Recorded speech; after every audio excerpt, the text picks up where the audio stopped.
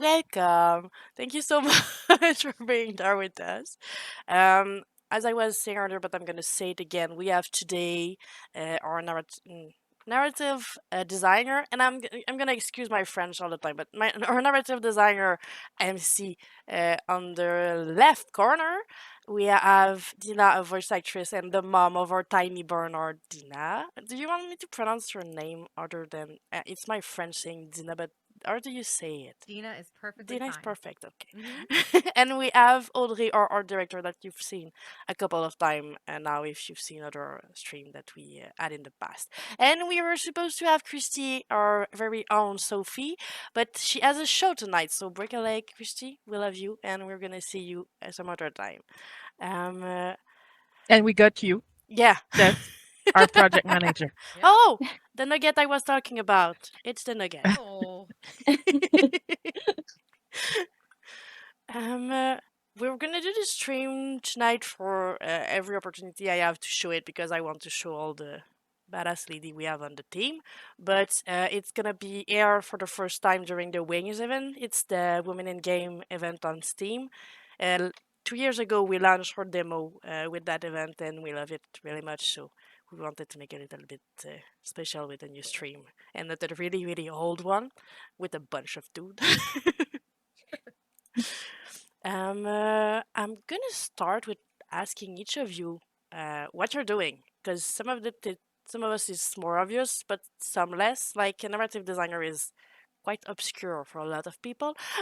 So I'm gonna start with you and see what you do and how did you end up doing that. What was the whole career course that you went through? Yeah, like you said, I'm part of the narrative design team. So I'm working with our wonderful writer, Nicole, who wrote the entire script of the game. And my role is, also to write a couple of dialogues. I'm mainly working on the degeneration aspect of the game. So, how Bernard's memories are affected by the degeneration, and I'm also working on a couple of journal entries, writing just different stuff, and I'm also working on the French localization of the game. And you did some of my short and the Yeah, that's true. yeah. Yeah. I have a couple of things that nobody's seen yet, but it's our work, so I'm gonna put the light on you soon enough because they're all gonna go through. If they you want to read some of our text and short story that are gonna add to the story, it's gonna be in your newsletter and the Discord. So if you want to see them, you can always follow us there. And we have Tina that also is working doing voice acting, and I'm a big fan of all of our voice actors. So if you want to talk a bit about yourself and project you're doing and things like that, go ahead. so I started my career doing radio broadcasting, and then through that, I got into voice acting, which I've been doing for just over 20 years. Oh, just. And yeah, just a little over 20 years. Um, and my son Joshua, who is young Bernard, has been doing projects with me for a while. Every time I need like a little kid's voice here and there, like I would pull him in to do it. And then when this project came through, he was very excited to be a part of it. So We were so I did excited that. to have him on board. And now he's a teen. So He I've is. He's announced it 13 to now. everybody, but we're officially really old because he was like 9 when Yeah, he was we cast him. he had actually just turned 10, like just turned 10 when he started the He was recording. a He baby. was a baby. And even listening to his voice, listening to some of the old recordings, like he sounds totally different now. At the beginning, we were like, we need to act quickly because his voice is gonna change so fast. Yes, and it did. And Some how old of the is he voice now? acting. He's 13. Yeah. He Oh turned my 13 god, last yeah, week. that's Yeah. crazy. But like some of the voice acting stuff that I do is a lot of I do some narrations, I do commercial voice acting, I do a lot of like tutorials and onboarding stuff for like large companies.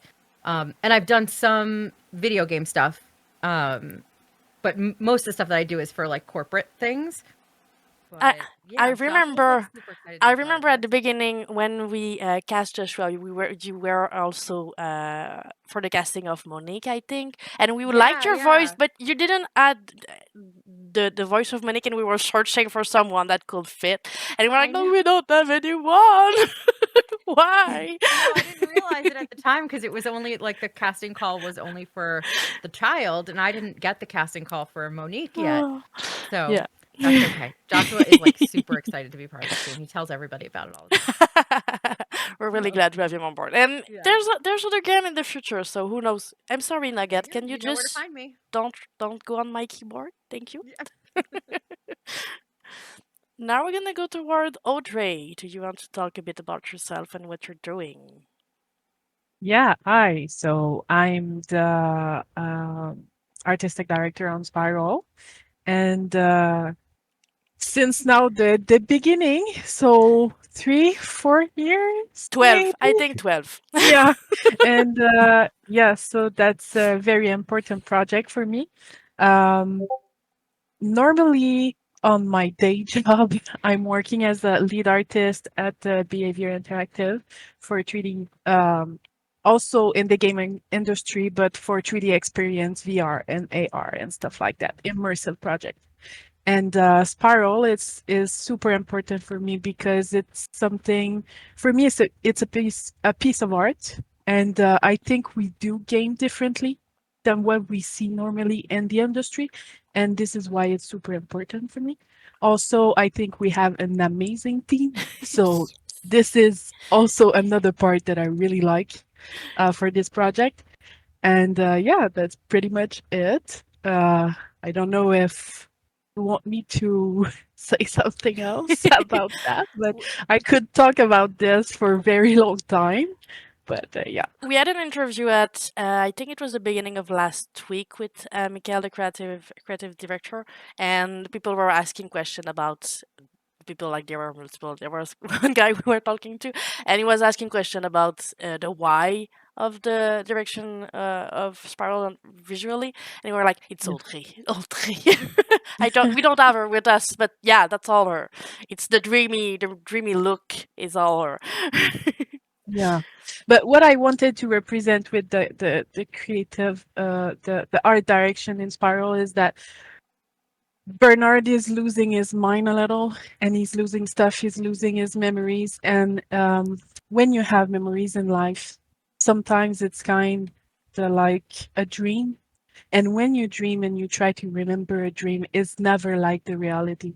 So maybe what he sees in his memories are really what's he really had in his life, but maybe not. Mhm. So we will never know. Yeah, there's no So way. this is why we need to help him remember, because we Exactly. want to see more and we want to be able to help him And gather everything understand a bit more back. his story.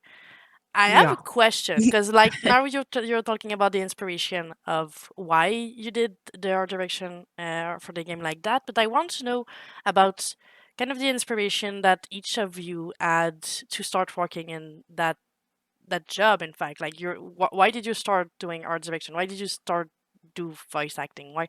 What was the fire that started all?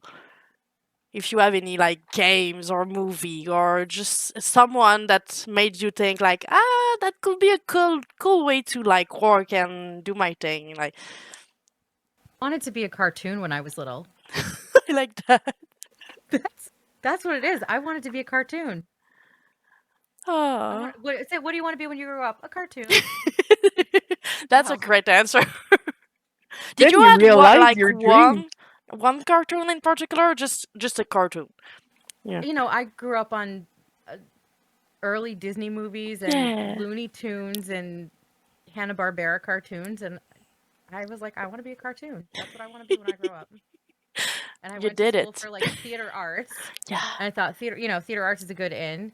And then I had an injury and I couldn't do like on stage work anymore, and then moved into more like voice acting and radio, and then kind of got into radio, but did radio first. But yeah, that's That's so that cool. was the inspiration. Is I want to be a cartoon. I really like that answer. I want to be a And cartoon too. as a kid, did you used to make a lot of impersonations and stuff like that? Absolutely. Yeah. Yeah. I would, watch movies and like watch shows and stuff and like do all the voices. And when I would hear, even like hearing commercials on TV or on the radio, and I would just like emulate the voice of it just because commercials have sort of an intonation to them that's not like your normal speech. And to me, that was just like, oh, it's something I can like mimic and like sing-songy type stuff. And yeah. I'm gonna have to put everybody on hold. We have a Christy. We have one. So I'm gonna bring her in. So now that we have Christy, do you want to tell us who you are, what you're doing, and how busy you are going to a show right now? Yeah, so my name's Christy Bolton, pronouns of she, her, and I play Sophie, adult Sophie. And yeah, right now I am on my way to perform the second round of an improv tournament in Toronto. My scene partner and I play a married couple on the brink of divorce. And that the improv tournament and getting to the next round is the only thing that's keeping our marriage together. Yeah. So that's where I'm on my way. It's gonna be beautiful, I'm sure. Well, fingers crossed. But it's one of those things that, like, if I don't get in, if we don't make it to the next round, I'm like, that's okay. That means one more night a week that I get to be home. But if we do make it to the next round, it's like, yay, another night of improv. So it's a win-win. Yeah, because Christy's really busy. She'll show all the time. She's everywhere. We're really lucky to have you.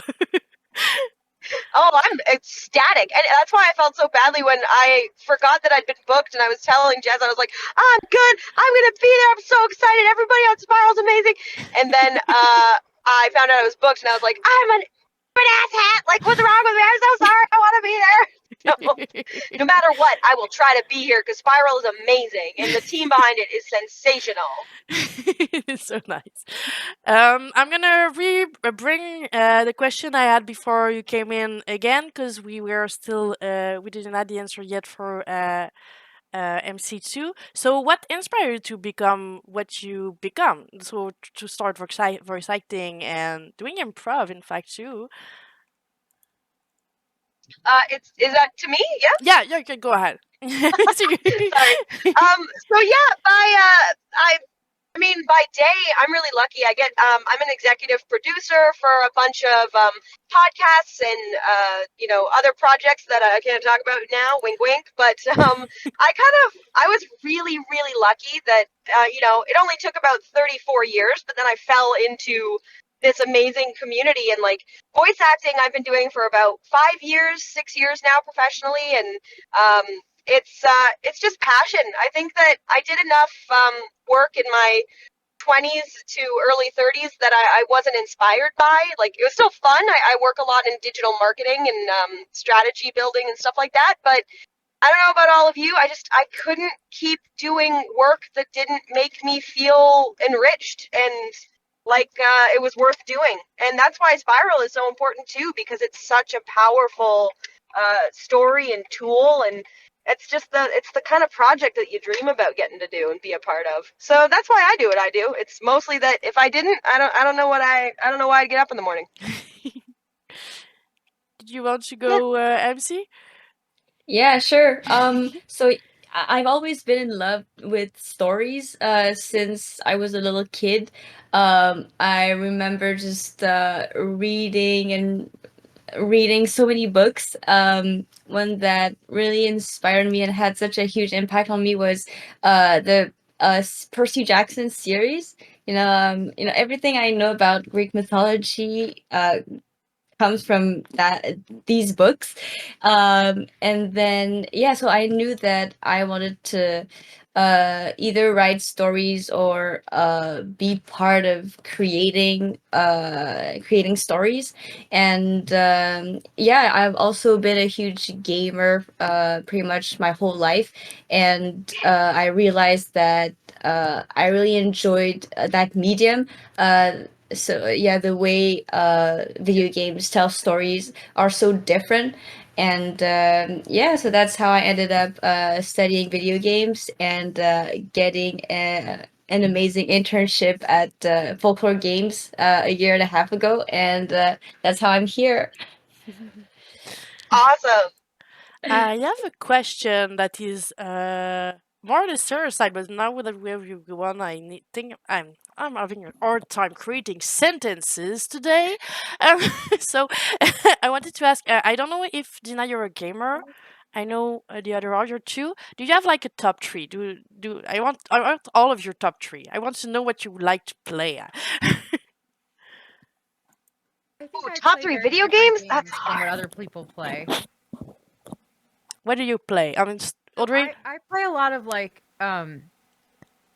okay, so a lot of games now are very like heavily story driven Yeah. and almost like where you are moving in and out of the world like in a 3D aspect. I don't play games like that.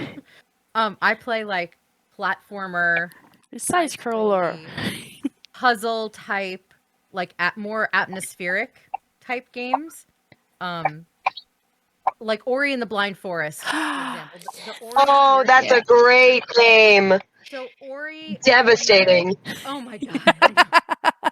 The two Ori Devastating. games, I would put those really at like the top of recent games that I have just fallen in love with, and I've replayed both of them maybe 3 or 4 times each.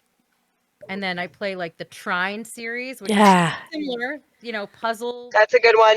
That's a good heavy one. puzzle focus and side scrolly, beautiful atmosphere and really great sound. Yeah, games like that I love. Have you played Braid?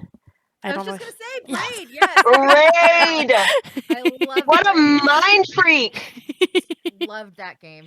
But then I also like something that's a little bit more chaotic is Cuphead. Yes. Like I love Cuphead, Cuphead. yes! Love that game. And I've finished that one I think 2 or 3 times also. Impressive. At least twice to finish it through. It's so hard. Yes, God, it is. I'm not it's good so enough for hard. those. But I play games like that. I play like side scrolly puzzle type games, except for the chaos of Cuphead. That's a little bit different. But that type of game, yeah. You're hearing beeps where I am, sorry. What do you play, Audrey? I know you I don't don't have time play anymore. much. Yeah, that's it. That's my problem because I work too much. I don't have a lot of time to put in games. But normally, games that I like are something like RPG or simulation or survival game. Ooh, I really like games like The Witcher or Reckoning, yes! Kingdom of Amalur, Baldur's and stuff Gate? like that. Baldur's Gate is nice too, but I don't have the time to play it enough. And I like weird game like Stanley Parable or Yes. The Pat that Yes, the those are Stanley old game, Parable. but um, those are games that interest me. I like good puzzle game like Myst and stuff like that. And and a game that I really like is The Forest. And now I got Sons of the Forest, the second one, and I'm just not able to finish it because I don't have enough time. But I like that kind of survival game, and I really like the crafting in this one It's important specifically. to say that Audrey is not just having like 2 jobs. She's crafting like so many Amazing. things. Jewelry, I don't know how to say that correctly, but she's doing jewelry all the time. She's working with fur, with leather. She's doing like all I don't know. There's like grandeur nature. I don't know how to say that in English. LARP stuff Yeah, in English. it's amazing. But It's so pretty what she does. the thing is that on a sideline, what I'm doing is that I'm trying to learn old ways to do things because it's gonna sound weird, but in our time with everything that's in technology, I think it's important to remind ourselves how to do old stuff, how we used to do stuff without Yeah. machines, with our own hands, and that everything we see all around us were things that were made by hand before the machines, before internet, before all of that. Yeah. So yeah, that's that's what I do on my sideline stuff. Do you have pictures of your craft? Yeah, I do. I do. Yeah. I got I'm a gonna TikTok show and them. everything. Yeah, I you're got a gonna show us. website, a Yes, TikTok and stuff. please. Yeah. Okay. That's rad. Do you have a top three on your side, MC? Um, that's a hard question. But I mainly play single player action adventure games. So games that take a long time to finish. So I don't you know I don't play a lot of games, but when I choose one game, I make sure that I finish it and I put like 100 hours into it. But in recent years, I guess Final Fantasy VII Remake is a big one for me. Oh yeah. God of War Yes. and Yeah. and Persona 5. I guess those are my top three of the last Good couple choice. years. Good choice. Yeah. Thank you. Thank you. Excellent choices. And but recently I'm also trying to get into more of like indie types of games. So I tried Coffee Talk Yeah. a few weeks ago, and that was amazing. I really enjoyed that. Yeah. If you want to try a couple of indie, I know Melissa every week is putting Yeah, like a yeah. tiny game, and they're always so good. So on our Discord, we always have like weekly. We have a game that we recommend. It's like an indie game. It's usually short game, or they're really good. Yeah, I'll go That's check rad. them out. Yeah. But Do- what about you, Jess? Do you have a top three? That's a rough one. I'm all over the place. But I'd say What Remained of Edith Finch is kind of high on the Oh, list. yeah. I'm a big fan of Yeah. that one. I like story. I like to when I need to go deep to understand story and to just search for everything. So What Remained of Edith Finch. But I'm a big Mass Effect fan too. So Yeah. I like a bunch of great character that I can like cry about when I finish the game and want to start it again to meet them again. So I'm all over the place on those side, but I played The Witcher. I've played Baldur's Gate lately. That is amazing. It's I think it's harder now to play game when you're doing them because you see what could have been. When I've played through the old Baldur's Gate, I was in Act 3, and I know a lot of people have complained about it, but I was just seeing everything that every idea they had, but they didn't add the time to finish it, and I was like, I know, you just needed a bit more time. I understand. I'm so sad for you. Do you have a top three, Christy? I know we don't see you anymore, but just in I'm case. coming. I'm just trying to find parking, and It's perfectly it's fine. the worst. This is the worst. Toronto parking is the worst. But yeah, you actually have all said my top three, and I'm both elated and furious because I'm like, oh, mine aren't unique. They're not unique at all. It's perfect. I gotta say, Baldur's Gate 3 is in my top Yeah. 3, and it like just decimated my list It's amazing. over the last few years. Or I was like looking for a game like Baldur's Gate, and so yes, she found parking. But yeah, I was looking for a game like Baldur's Gate because I am a huge Mass Effect fan. I think BioWare Dragon Age and BioWare and everything Mass Effect. I am like, hell yeah, give me more story, give me more choice, give me more freedom to kind of get the opportunity to mold my own story, which is also why I love Witcher 3. And yeah, I'd say those are my top 3, but like Baldur's Gate, Yeah. also, I'm not gonna lie, I don't know if anyone else has done this because I'm a huge nerd, but when I started playing it, I was romancing Gale, kind of fell into it, and I looked at a bunch of like lists that were like, what are the best romance options for Baldur's Gate 3? Because I was like, if I'm sinking 100 hours into this game, Yeah. I need to have a deep emotional connection like I did with Garrus Vakarian, whose name I said in my husband and my vows at the wedding. It's perfect. People who got it thought it was hilarious. People who didn't thought I was very wrong. They were very upset. But I started playing and I was romancing Gale, and I started like noticing Asterion. I was like, I hate this guy. Asterion sucks. He's Yeah. so nasty. He's so mean to everybody. But then something changed, and I logged like 60 hours of Baldur's Gate, and I was like, I cannot finish this game for the first time romancing Gale. And I went back to the beginning, and, like restarted, and romanced Asterion. And I plan on doing another game of playing the Dark Urge character, specifically Dark Urge romance Asterion, because Yeah. yeah, like it was in Mass Effect. I romanced Caden, and I was like, oh, he's lovely in the first game, but then Garrus Vicarian shows up, and you're like, sexy Birdman. I mean, is there a question? But Arstar, they're trying to bring us to choose the bad boy. I saw them coming. I refuse completely to go for Astarion. I feel you, but I refuse. Oh, Oh, I just MC and knew I Christy could just exchange face now. Oh, that's weird. I'll be right there. But yeah, I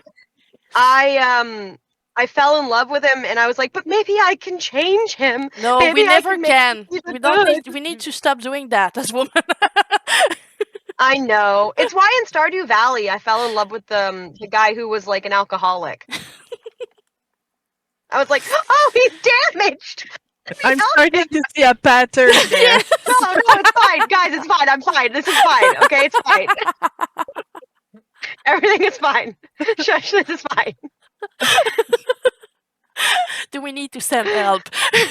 No, it's fine. It's fine. You'll just see me in the dark playing, like, falling in love back with Asterion and just being like, this is how I spend my time now. I'm married, but I don't see my husband half as much as I see a I'm simpering sorry, vampire man. Karlach is the best. Karlach is the best. I'm all for Karlach. She's pretty rad. I almost romanced her. I was this close. I was not able to do it, but I would have liked to. She's such a good character. Yes. I have a I am gonna switch to my headphones, by the way. So if there's a bit of a glitch in the matrix, apologies. perfect. Do you guys ever play any of the Amanita design games? They're like point and click. No. Oh, we No, but I love a point and click.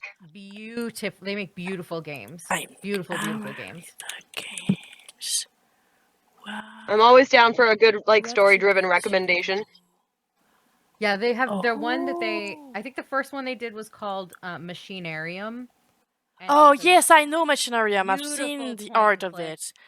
Puzzly, like to the point where like I bought the soundtrack because the music was that so good. Oh, yeah. pretty. Oh, it's amazing. Yeah, and all of their games are like very similar vibe. Love them. Just gonna put the art. I'm gonna. Oh yeah, it's beautiful. Yeah. I'm gonna put it on the screen so people can see. That's what we're talking about. Boop.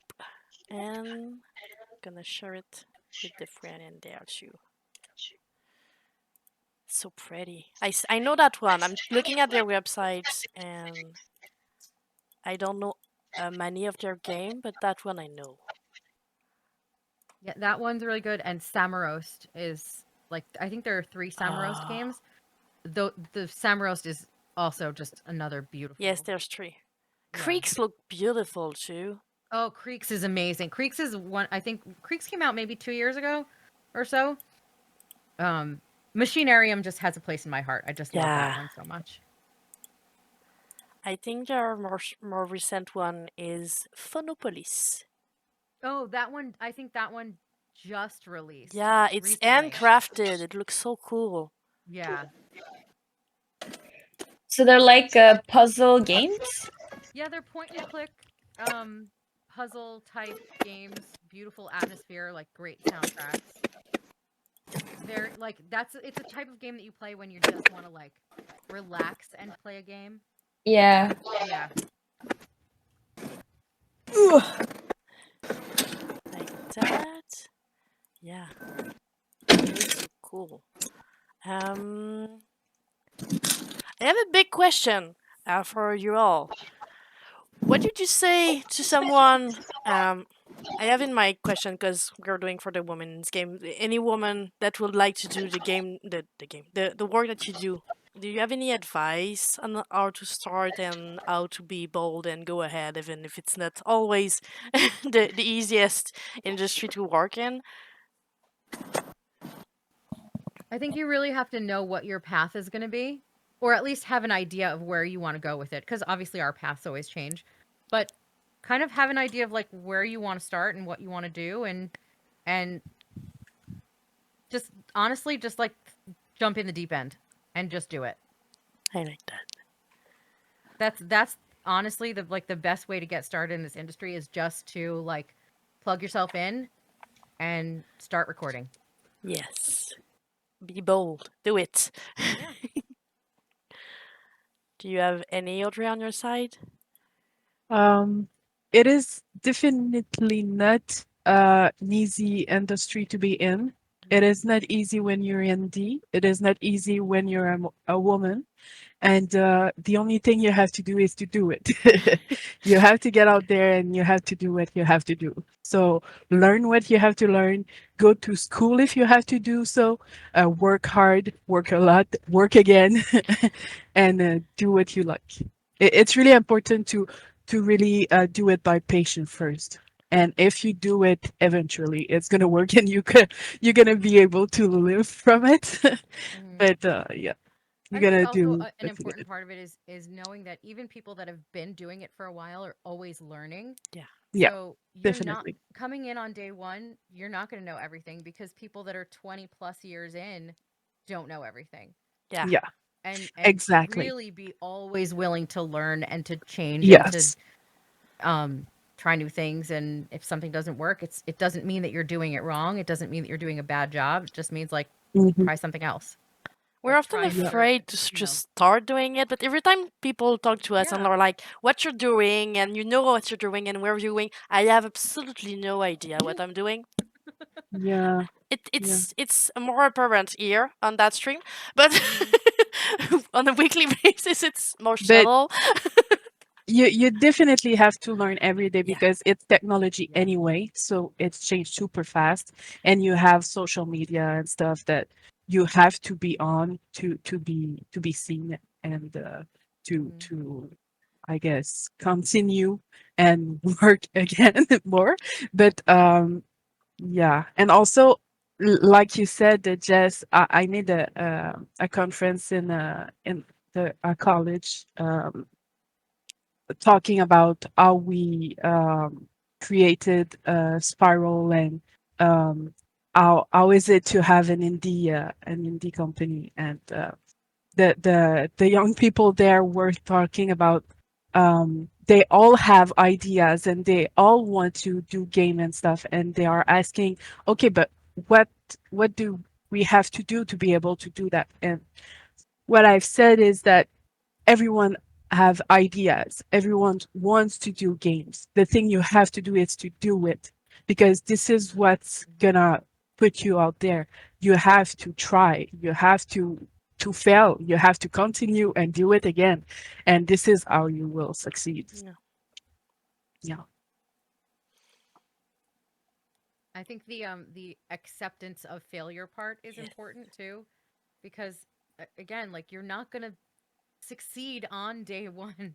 You No. have to really, I don't know if you said like develop a bit of a thick skin, but Yes. yeah, Yeah, it's Definitely. important. definitely. It's In really that important. industry, you will have to do Because that. in the front, like just when you're doing voice and you're doing it, people think probably you've done it and you know what you're doing and you have a job and you can live from it. And like when they Yeah. look at Spiral, they're like, you can live Kristen and from I it. both going, Yeah. And we're like, no, like every It's time we not that ask for easy. money, they're saying no. We just really want to do that game, so we're going forward, but we're still not doing it yet. We still have job on the side. We still have things that Yeah. make us Right. pay our mortgage. It's not that thing doing it. Yeah. Yeah. And I think also that's another a thing. really good point because there is a like a sort of like a mystical acceptance that voice actors are millionaires, and it's like no, especially the first few years that you're trying this out, do not expect it to be full time, and that's going to save you a lot of heartbreak. It's not that it won't be, but if you don't expect it and you work hard like you want it to be down the line, you build the career, you build the network, you talk to the right people, you go to the workshops, you treat it like it's a skill you're building, then you're more likely going to succeed. But there's a really big, I think, demystification that needs to happen around this being something that is fully sustainable for an everyday person. If you aren't hustling and reaching out to people and doing all of the things that like are commercial, you aren't going to make it in, video games immediately unless you're really, really lucky. Not to say you won't, but managing your expectations with a career like this is so important. Mm, Gonna That was real save you a blunt lot of answer. tears. yeah. Yeah. And I'm talking about but, working a lot. Oh, sorry, Christy. Sorry, I was just going to say, I actually have to go, but this has been so lovely. Thank you for letting me come even for like 20 minutes. All sensational. And I Thank can't you wait for for the next. coming. Yeah, thank you for Have a Bye. great night. Break a leg. Yeah. Yes, break a leg. Thank you. Bye. Bye. And then And I'm yes, gonna so rearrange oh, everybody. go for it. Yay. So I'm always talking about how we have to work hard and everything, but it's not like working hard in a factory. It's like working Nah. hard in something you like. So it's not the same thing that when you have to work and you never see the end. It's not like that. It's more that you work by patience all the time. Have you guys found in the different roles that you play and stuff that AI has had any kind of effect on like what you guys do? Yeah, this is We're not terrible. AI friend. Yeah, I'm, me either. oh, We're not friends. you know, some people are eco anxious. I'm AI anxious.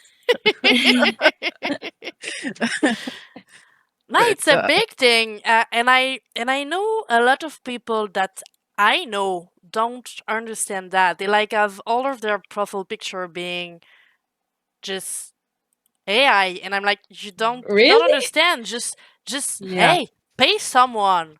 Pay someone that yeah, doesn't do that hard for you. yeah. It's gonna be amazing. It's gonna be a human being Mhm. doing what Mm. they do great, and they're gonna being paid for it. And Mhm. it's not gonna be a machine using their heart doing that for you. That Yeah. But it doesn't have any soul. Someone can artists do see it. that. But Yeah. people who don't make art, who didn't have to work for it, don't see that. They don't even see what's wrong with Yeah, that. you need to talk Mhm. to them, and sometimes you choose your battle and you don't go for that one. But it's Mm, sad. It's sad. But yeah. right now, are there some regulations in the game industry at least for the art? It's a gray For area. now, yeah, but Mm, for now, I know that some companies don't want to work with that because it's too dangerous about the copyrighted Yeah. stuff. And yeah. also, when you feed the machine, when you feed the data, you could leak stuff coming from your company. Yeah. So this Mm, is why they don't want to use it. But personally, for the future, I I don't think they will not use it because if you want to keep up with the production, companies will need they will need to go fast in their production if they want to create the third or fourth IP they did last year. They will have to work faster with less people with to be always more effective. So they will have to use it because if one company start to use it, the others company have to yeah. use it too. It's Yeah. going everywhere, just even for the writing, because the Yes. copywriting for just social media posts, Mhm. and people are like, "Yeah, it's just easy. It's gonna help me," and I understand, but do you understand that there's people that it's their job, Yeah. and I But it understand that you would not pay someone, but using it is kind of still disrespectful for the job that yes. is behind. And the fact that, yeah, it's a gray area, but that thing is still stealing from everybody. And now it's going down to the voice. They're starting to try to AI voice too. And I'm like, Mm. it's so important when we start casting people for the game. I was like, it's so important. We need the perfect people, the people with the soul, and that we can feel the emotion and we can see that they want to be in it. And I don't know it's sad. It's sad. I'm not even anxious. I'm just sad that we're letting Yeah. that happen and that But we're not at taking the Folklore time Games, to we think made about the it. choice Yeah. to not use AI, No, but nothing. maybe a bigger company don't have that Yeah. choice. But AI I now think we is, always have the choice. I think we always have the choice. yeah, It's but always a choice. but It's I always a mean, choice. they make millions of dollars and Yes. they have hundreds and And they can thousands of choose people they and need they to can pay for choose it. to put in their pockets a bit less and not fire people because they're making less that year. They can I choose that and they suppose. don't I do suppose. that. Yeah. But for me, it's the exact same thing that um industrial revolution had like hundreds years ago Yeah. and that we will have now. It's like uh virtual revolution, I'm numeric just sad that it's revolution. for the art part because it's and I understand that people when they had jobs that were physical and there were less of them because of that, they were as sad as I am now. But it's just I don't know the art. It's all we have, and I know that most of the time we don't really respect art for what it is when it's not something we play or a movie we're watching. The art is not Yeah. something that we collectively uh, give them the merit they have. But it's just sad that we're thinking that AI art is the same as art. It's not. It's just not. Yeah. I think we could talk about that Yeah. for a Yeah. really long time. But yeah, Yeah. it is sad, but it is. So I don't think we will be able to do without it in the future. We can choose to do it. I mean, on my sideline is what I choose to do. I don't want to work with computers. I don't want to use artificial intelligence. I want to use my own hands. But when you have to uh, work and make stuff in that industry specifically, also when you're a director, you can do that kind of stuff. Or when you're a CEO, you can choose. But when you're a 3D artist, or No, if I you're a know concept you artist, don't have the you choice. You you don't have don't the have the choice choice. and you can't do anything, I even understand. if you're an illustrator But or a concept artist. we have the Yeah, choice. And yeah, I as suppose. a consumer, as someone that who buy a game, if I know that game is AI, even Yeah, if people are telling me it's great, yeah. I can choose to not buy Yeah. it because I don't want to give money to an AI team. So But soon you will never know. I know, and that's the issue. Cause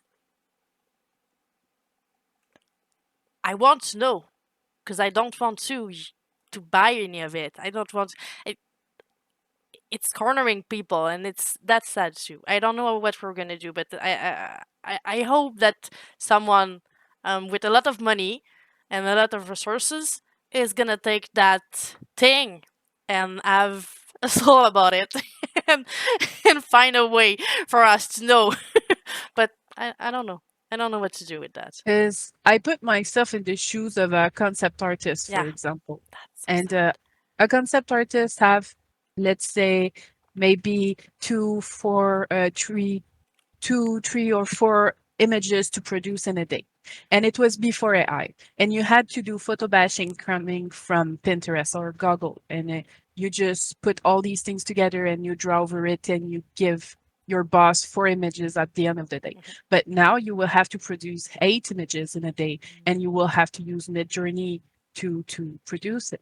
And you don't have that choice because if you don't do that, someone else gonna have your job But and it's gonna you do it. fully know when you're doing it, you fully know that in like 2 years your job won't exist anymore Yeah. because So anybody what do can you do do? that. Yeah, I know. Know what we do?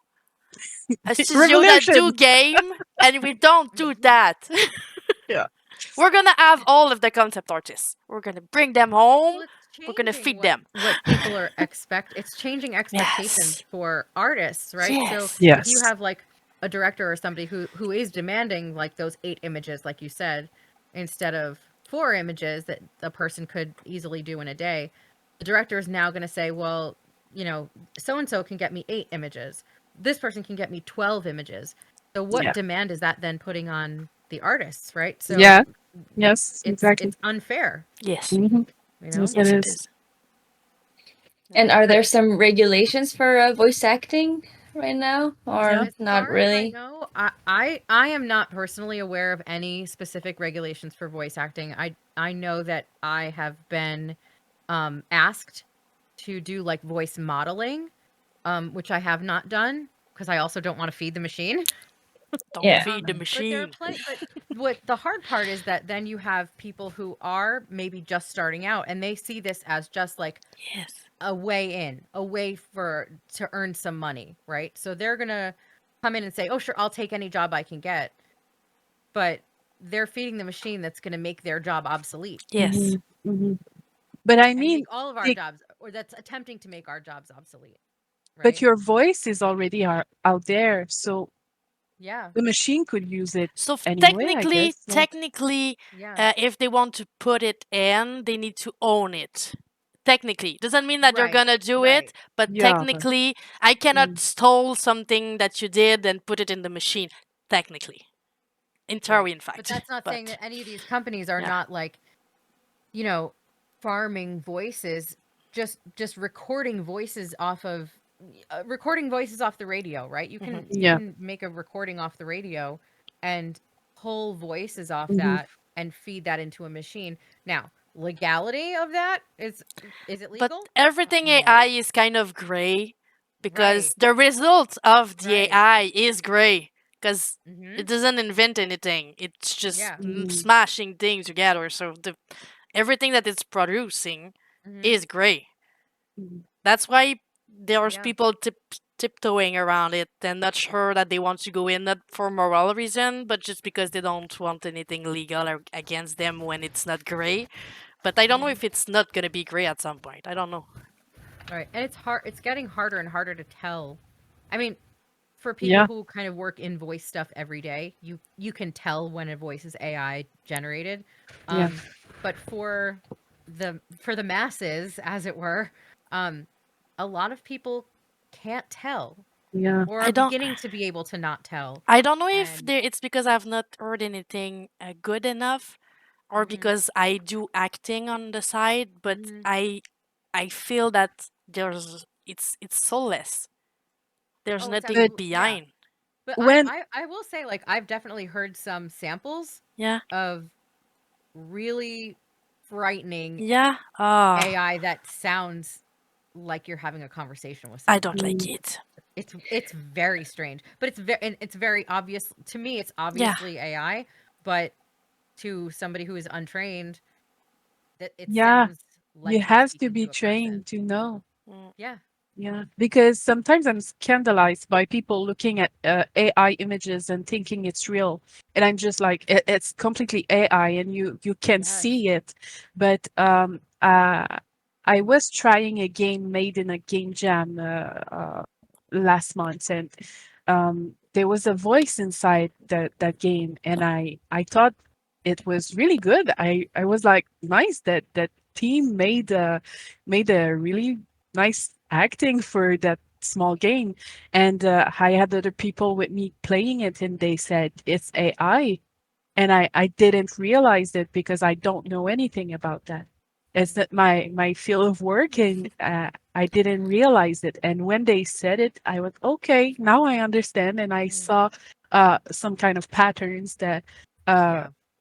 helped me see what was wrong with that. But this is the exact same thing that the images, I'm able to see the images, but I'm not Right. able to see it when I hear voice Hmm. made by the AI. Mm. Yeah. So we're collectively not big fan of AI. Will Uh, soon be batteries. oh, jeez. I have a question for you, Tina. Um, uh, I know it's not the same thing at all, but I was wondering because I know female in the acting industry are having a hard time being having opportunity that are not just like a mother or a bit dumb lady or like seductive temptress, and are those kind of thing happening in the voice acting, or it's really not the case, and you have a lot of opportunity that are all over the place. I will say that one of the things that appealed to me personally about like voice acting and doing voice work is that you don't have to look a certain way, right? So I did in college I did theater arts, and there's not much diversity on stage as there is on screen. There's just not a lot of diversity in terms of in a lot of things, right? But I find like in voice acting, you have a lot more doors open for you because of what your voice can do and not what you look like. We have young Sophie. I've never seen her. Mhm. Uh, she has never been on screen. We don't have a picture. We only have a letter for her Really? name, and she doesn't want to be seen. And she's doing a couple Okay. of different voice. She tried herself for a lot of casting for the game, Mhm. and she's only a letter for me. She's M, and that's it. No way. Are you sure she's not AI? Oh, I don't think so. I don't think so. She's been there for a while. Just kidding, Emma. Yeah, it was before.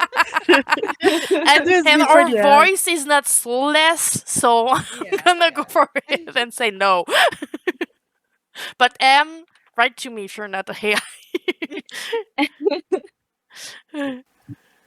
No, I think there are definitely a lot of opportunities out there for voice actors of different looks, different backgrounds, different abilities. And those doors are wide open in a way that like a visual medium like theater or film or TV or print is would not be open in Yeah. the same way. The first time I've talked to Vanny is one of her actresses for one of Bernard's friend when he's gonna be Mhm. a teenager, and when she auditioned for us, she was doing a regular English version, but she did also a version with her accent from where she is. And when we chose her, she was asking which one it is, and we were asking our voice, what she sound like when she's not trying to do an English accent, and she was so happy, and she was like, "It's the first time people want me to do my accent," and I was like, "But it's so cool. That's what's amazing. That our character can just depend of the people behind. You're Mhm. making them alive. I want Yeah. you in it. I don't. Yeah. I know it's cool that people that can do multiple voice, and it's amazing, and I don't know how you can do that, but I'm just grateful for people putting their souls and what they are behind it. And it's so much more to the character when we have people adding. She's adding word from her original language too into the text, so our laugh and the. I don't know how just the sound she does are not English, and it's so cool, and it's adding the depth to the character, and I like that a lot.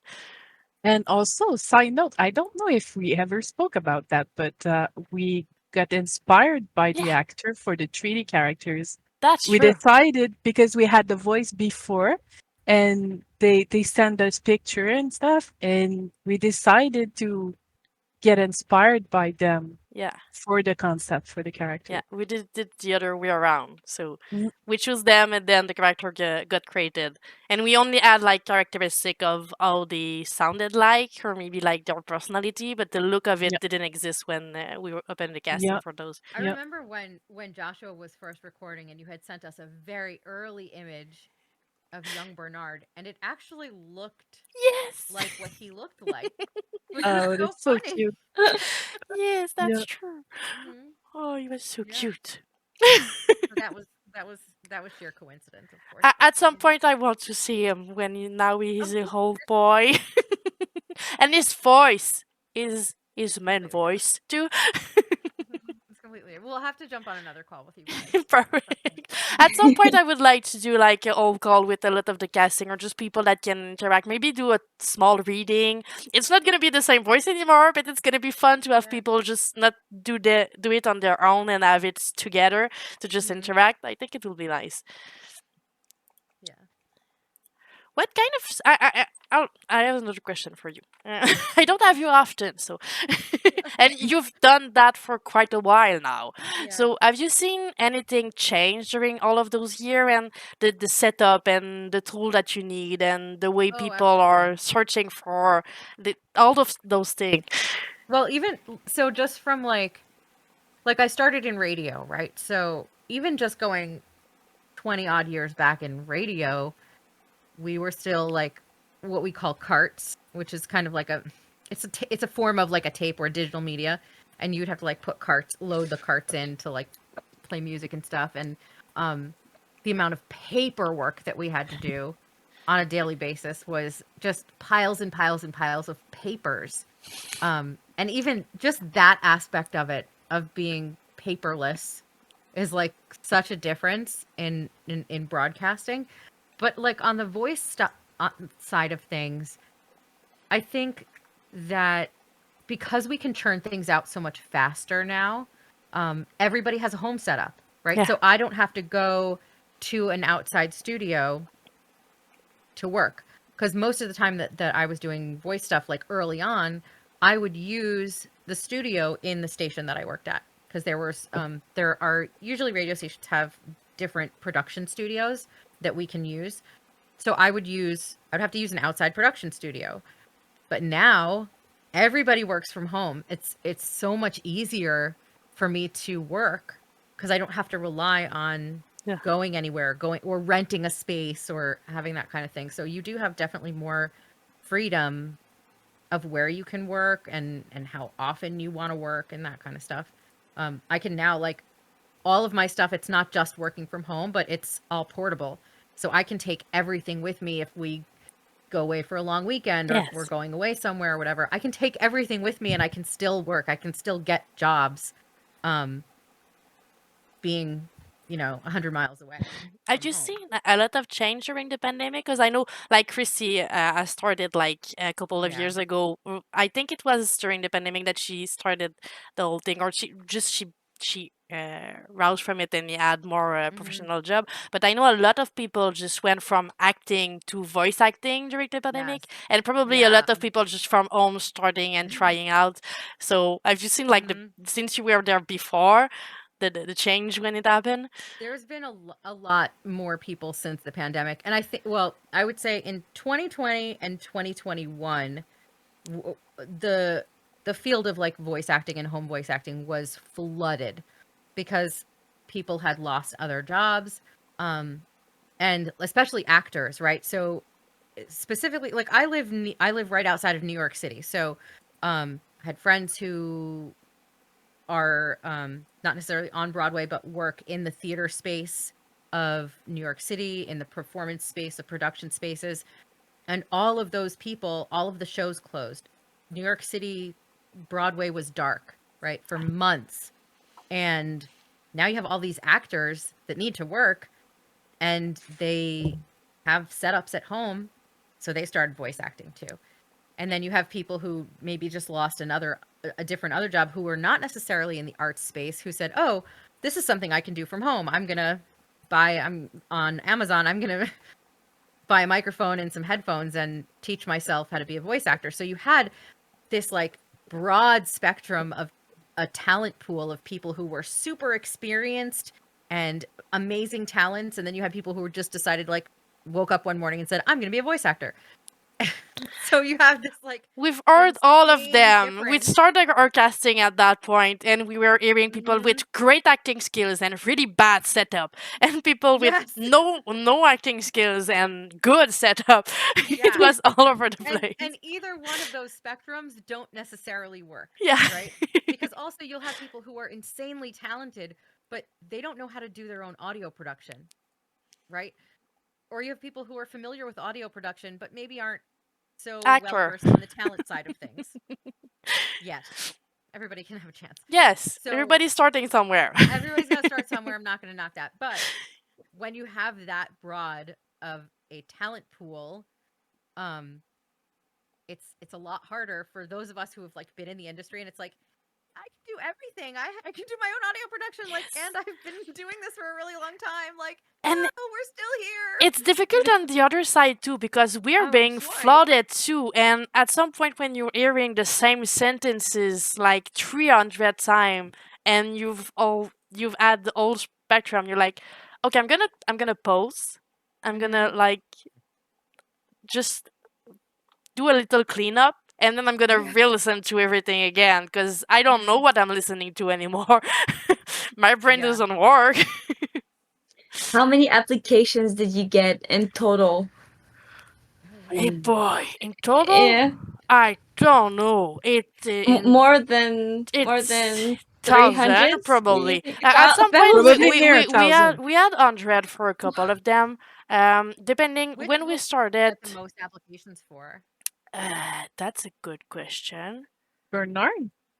I think Bernard. Yeah, but Bernard was special. The older one, because it's difficult because we had like older teen and small Bernard, so Yeah. it was a lot of them for Bernard. But the older gentleman, there's people that can change their range of voice and they can sound older, and there's people that can't. But in the voice acting, I've realized something. It's not because you cannot, you're not gonna try. It's a thing that a recurrency that I've seen during those past couple of years. We had a lot of young men and even ladies that were going that way and doing the older man, and it was amazing. We had a lot of fun, but it was quite long. But we had a lot of fun. But yeah, the three friends, one of them had more, significantly more application, but I'd say that every female character have more application than male. But male But apply at didn't we everything. have They one try that to was? do small children too. So But we had one that was non-binary, right? yes, but we had So two of characters course that we had. were not. It wasn't clear. It was depending on who was gonna be cast. Yes, it's Yeah. yeah. So Those of are course had you can more. have more for this Yeah. one. But maybe it was Bernard and Monique that had. Monique had a bunch of people too. Yeah, it was a hard Yeah. one for Monique. Mm. But But And yeah, surely In French, did you get a lot of applications as well? not that No. much. And the fun part about French voice acting is that most of them are actors. Okay. Yeah. But they do voice acting too. They do both because we And don't have a big pool. There's not the same amount of money for actors in Quebec, and we wanted Quebec and not France French. So there's not a lot of people. So most of the people that we cast, I've seen them in the series I was watching when I was a teen. Okay. Like No way. there's a but series a called thing, Ramdam in Quebec, and when I was like 13 years old, the mom in that series is the mom in Spiral. I was geeking out so hard when we cast her. I was like, it's the mom in Ramdam! but the thing Jess did is that she didn't want us to be biased No. because of that, so she didn't give us the name. Mm-mm. We only had the sounds, the voices. Okay. Yeah. So we didn't know who Because I we was a big were fan, listening but to. I could not like Yeah. say it's the best because it's Ramdam mom. So I She wanted- knew it, but we didn't. So That's so cool. That's But I super think they cool. were doing that before pandemic. I'm not sure, but I think they are because they are doing voice for a lot of acting in Quebec are doing series, but also doing like voice in movie, animation movie. A bunch of them like Disney. We have a lot of celebrity that are actors and they do voice in like Disney movies. So I think it's all over the place but on our also we side. have big companies here in Montreal, Yeah. game companies, so they probably work a lot with those companies too. Yeah. Might be. Mm. Um, uh, do you? It's a big one because I don't have any answer for that one. But I was wondering if you know any woman-led project that you'd like to shout out. Ha! Working on my English today. I would say I'm not familiar Yeah. off the top of my head with any specifically women-led projects. I mean, that's a pretty Ours. no That's easy question. Goes without saying. Guys.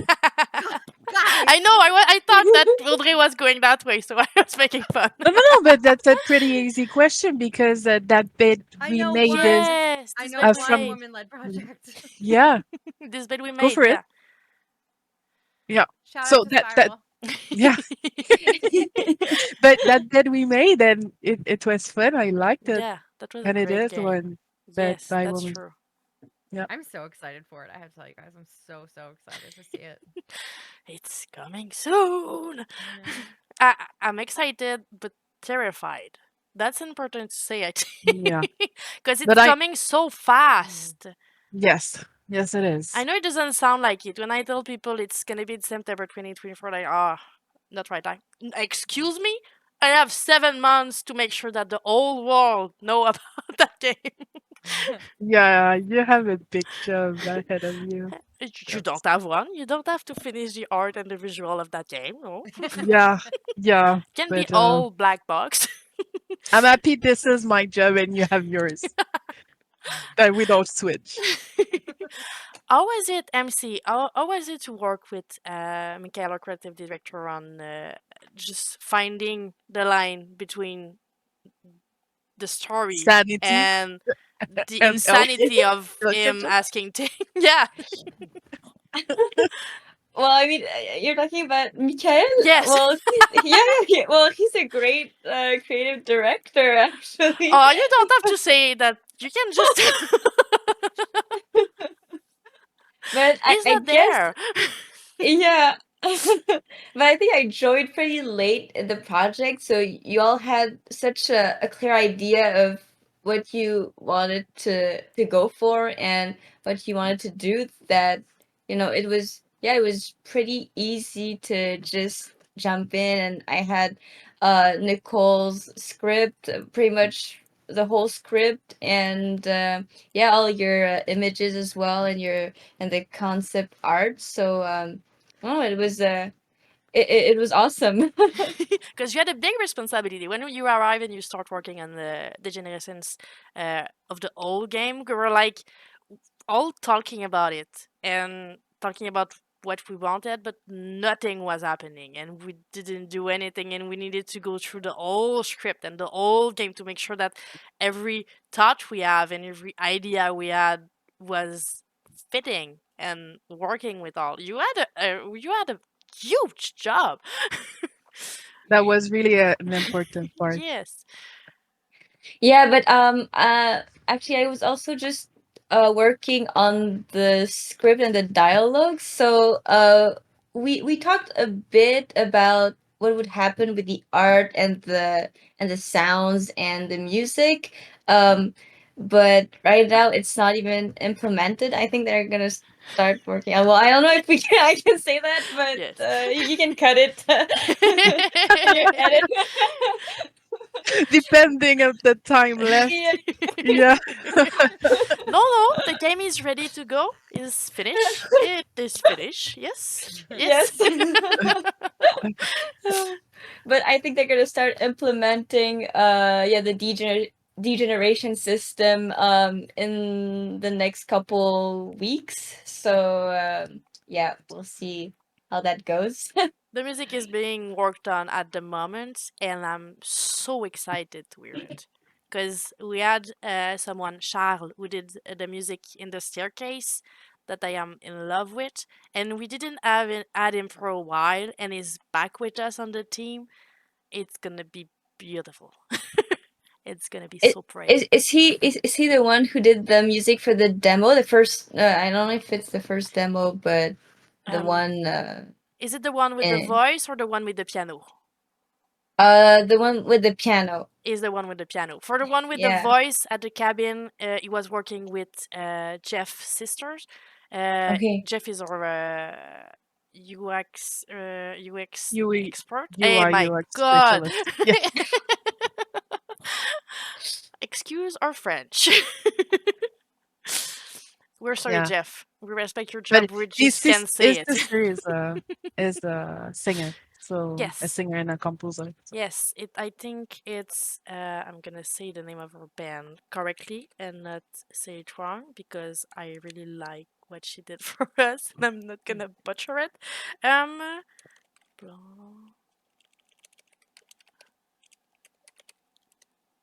Where is she? Oh my God, I think it's too far away. Yeah, she's there. Marquise Desmarais. And the name of her band is Blonde Naturelle. Donc Marquise Desmarais with Blonde Naturelle. So that's the name of the wonderful woman who did the song at the cabin with all the eerie And sound. It's so pretty. that's Jeff's sister. Yes, Yep. Okay. the one that we cannot pronounce his title. Mhm. UI UX specialist. Yes, that.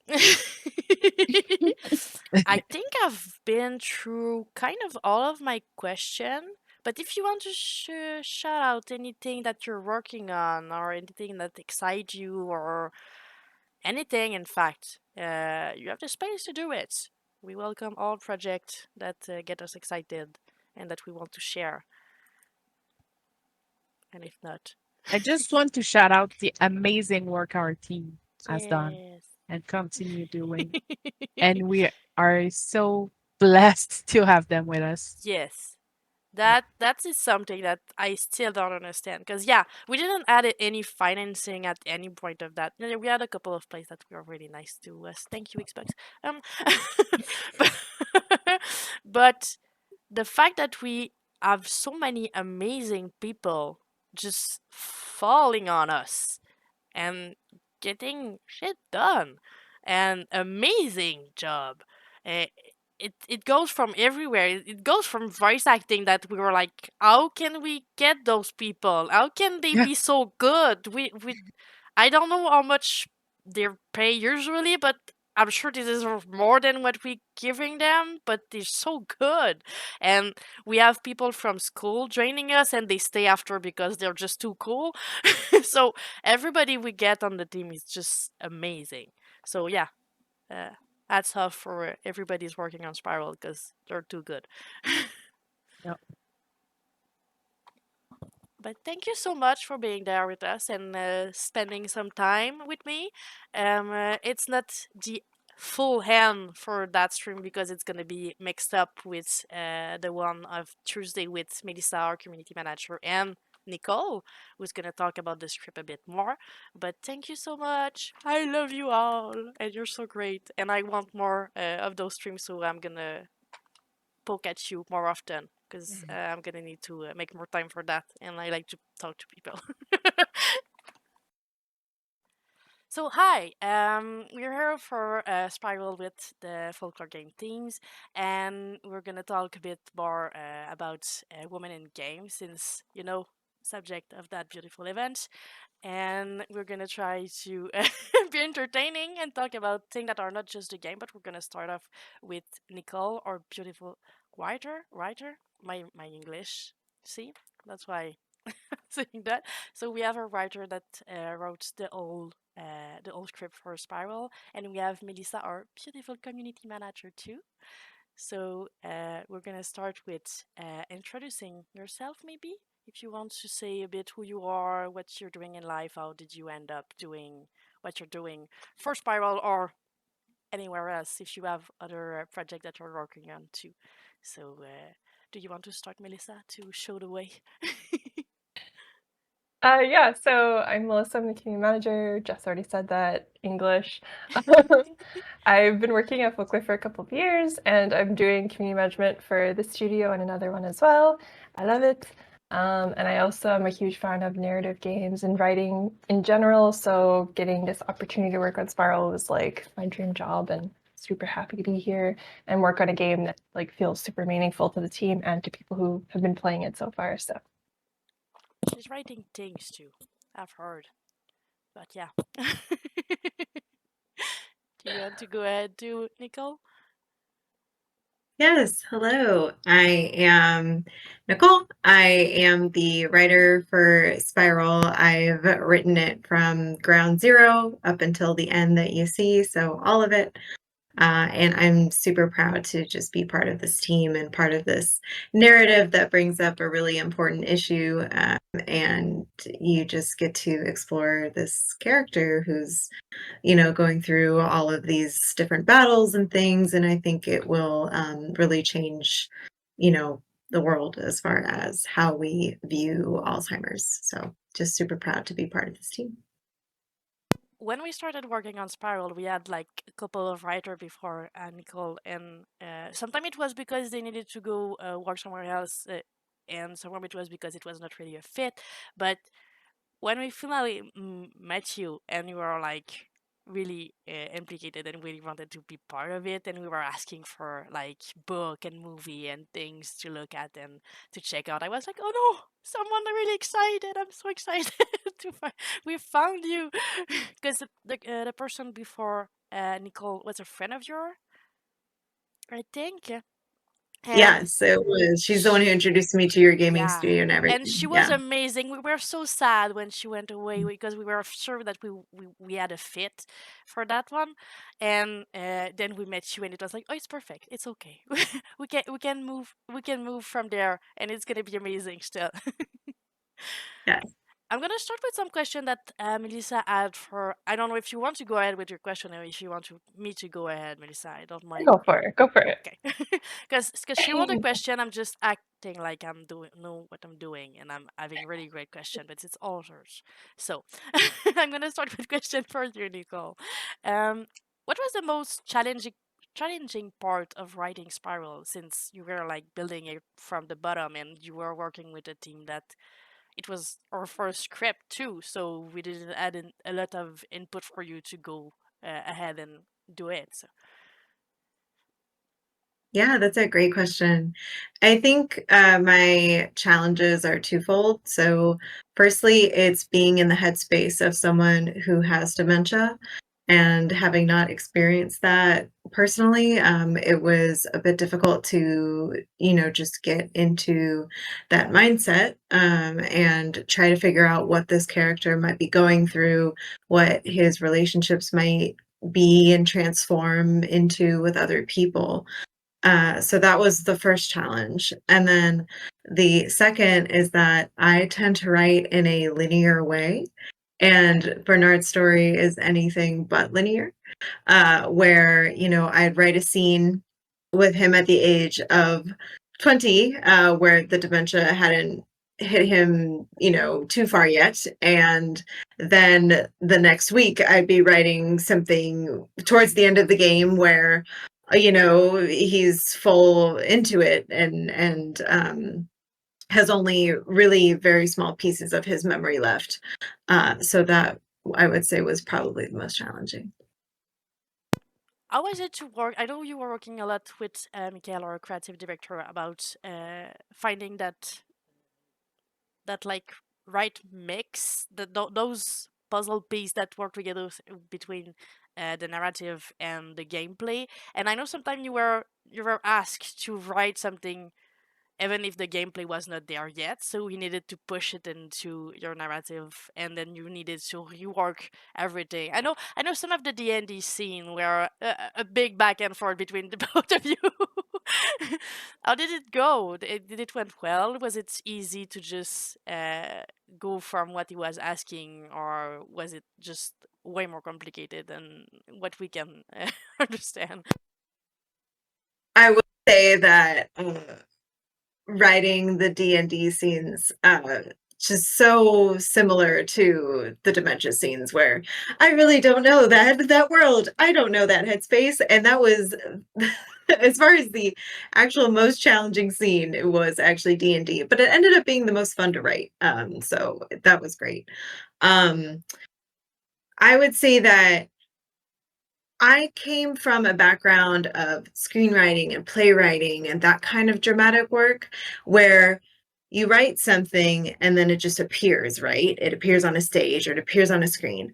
What I wasn't used to writing was narratives that are integrated into an environment, into gameplay mechanics and that sort of thing.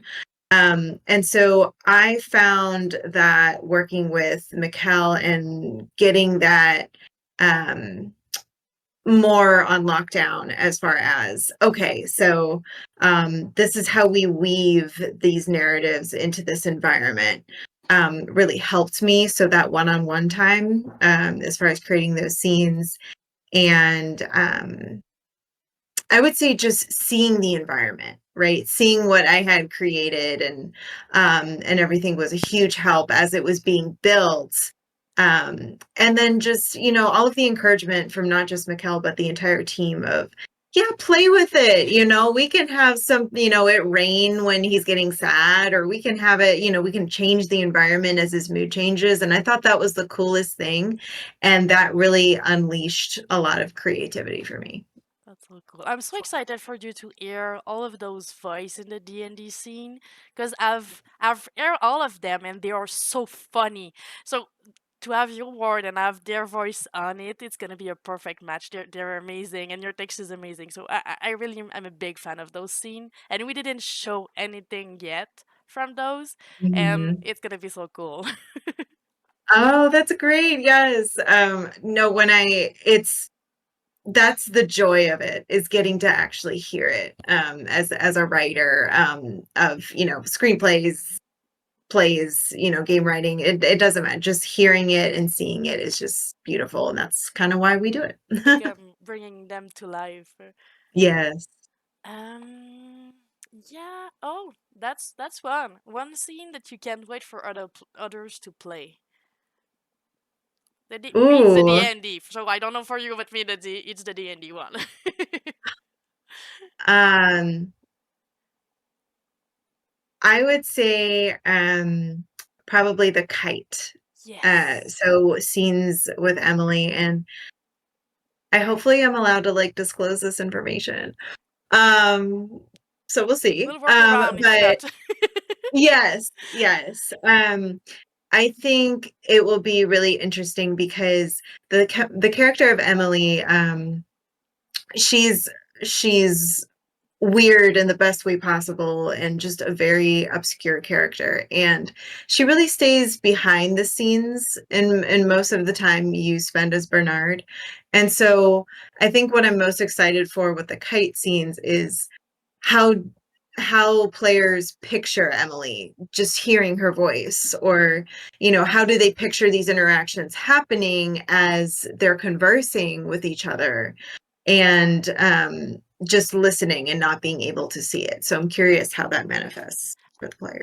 I like the fact that this character in particular is really special, and we don't see her the same way we see other characters. And she has like, I don't know how to say that, but it's a box. She has a box just for her, and nobody Mhm. looks like that. Nobody fit in that. She has her own scene, and I like that we spend some time and it's just with her. It's just our character that is there. But yeah, you can definitely say all of those things. I'm happy. Okay. Um, I had a question that I forget, so I'm gonna keep going with Melissa's one because my memory is not as bad as Bernard, but we're going there. We're going there. um, how did you come into the project specifically? Because I know we've said that it was our writer that told us that you were interested, but how that happened? What did she say to you? What did she? How did she bring the project to you? Yes. So it was really COVID that brought us together. So again, there was basically nothing good that came out of COVID, but it's nice to find these little slivers of positivity that manifest in themselves, where I hadn't spoken to my friend Kyung So in a long time, and I had connected with her and some friends, and then over virtually, and I wanted to talk to her one-on-one a little bit more.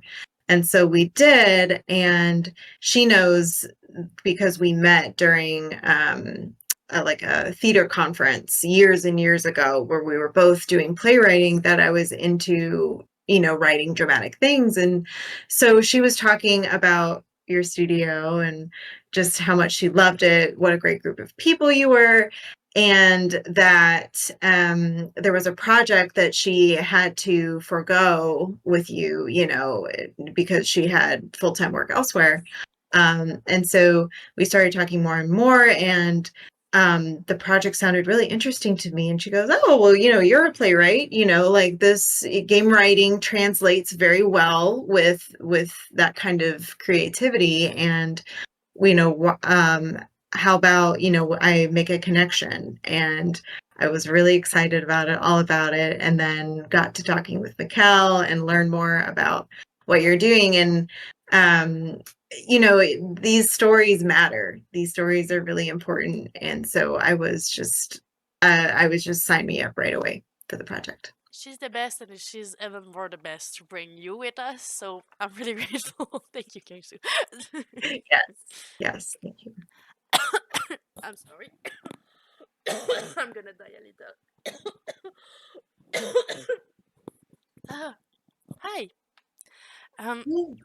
I'm gonna go for one for the both of you, because I'd like to know your career courses, the way your upbringing until you went to the game industry. Because I know a bit about Melissa's one, but I don't know a lot about you. I know you're a teacher, or you've been a teacher, but I've been a teacher. yeah. So Yeah. just everything you did in the writing, and before, if you want to go through it, just what bring you to writing for games.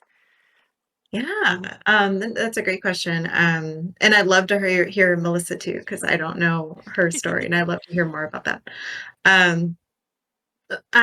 When I was in undergraduate, pursuing my degree, I did focus mostly on screenwriting and playwriting, and I submitted to festivals, and I was also doing some acting at that time, and just loved being involved in anything dramatic. And as you said before, getting to see words I've written being performed was just, it's like a high you can't find anywhere else.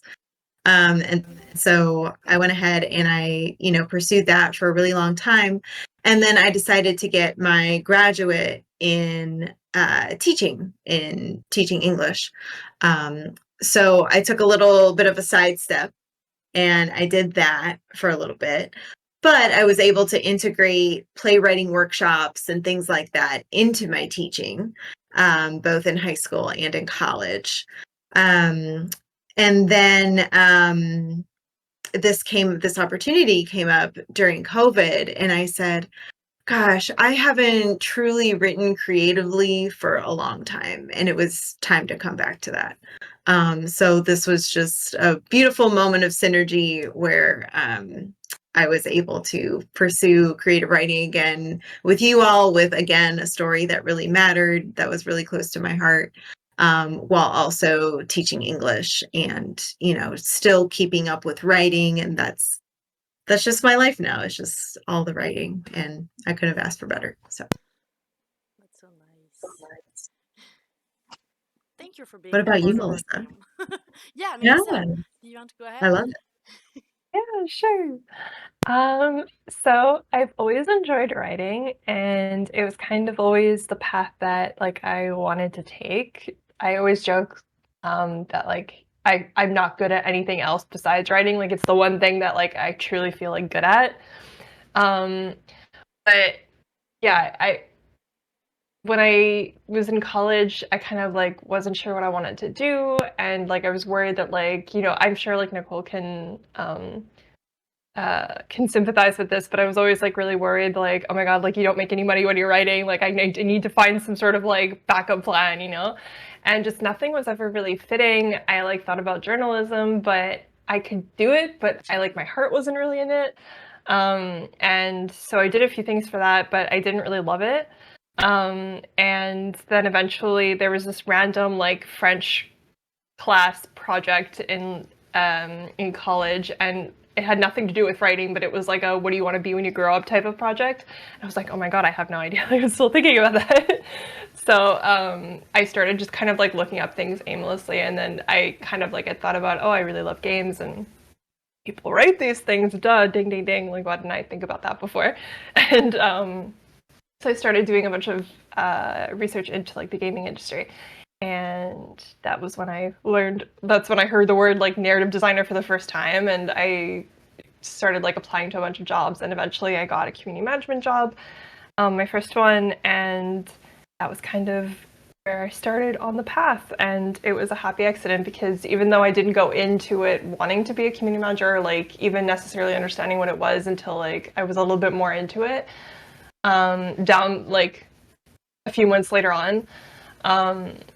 Yeah, I just kind of really love that right now, even though I'm doing community management and a little bit of writing on the side, I think it's really cool too how community management and writing are kind of, you can still like find that joy in writing with doing like copy and blog posts and stuff like that. So it's just like a different form of writing, and it's been like challenging and fun to explore it. Yeah.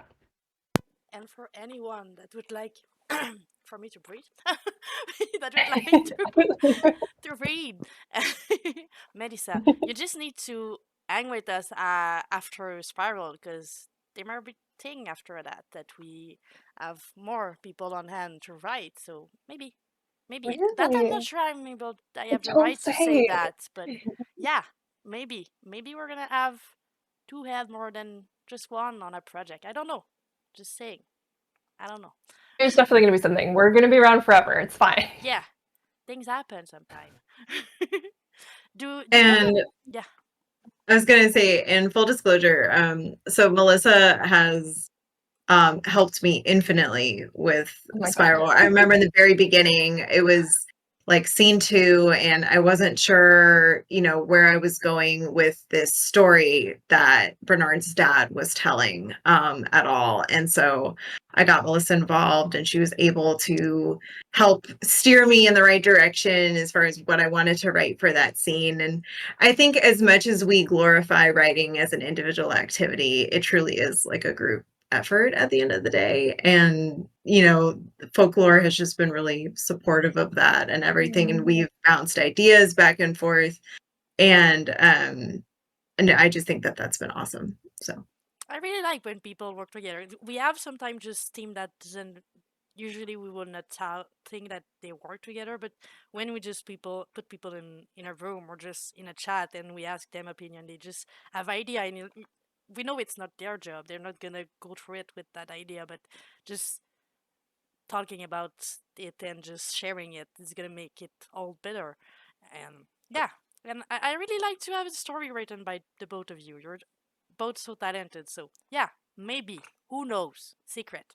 I think brainstorming is such an important part of game design. I think that's one of the things that I love most about making a game, is that it's, even if it's like there's a writer, there's a programmer, an artist, like whatever, like all these different roles, they all influence each other. And I think that's one of my favorite things about games, to be honest. Just the sheer amount of people that it takes to make one. And I don't know for all of the studios, but we have the best team, so I'm sorry you can't have it. We have it. But yeah, even when we bring people from school and we just have them on the team and they start being so passionate and so implicated in everything and every part, it's just so exciting. I like to see people just start sharing. It's cool. I like that part of it. Yeah, I love all of the energy that I've gotten ever since I've started with Folklore, from new team members or people that have come and gone and that kind of thing, where I don't know how to play D&D worth the life of me. And I was, like I said, I was really struggling with those scenes.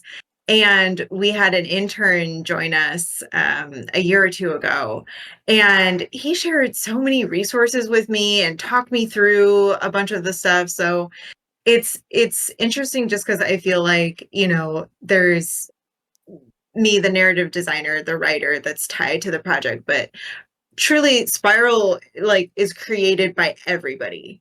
And the narrative is our created part. by everybody. Yes, everybody contributes. And I was thinking even the folks that are playtesting, right, who give this amazing feedback, the people who have been part of it from the beginning, the middle, part of the end, wherever they are.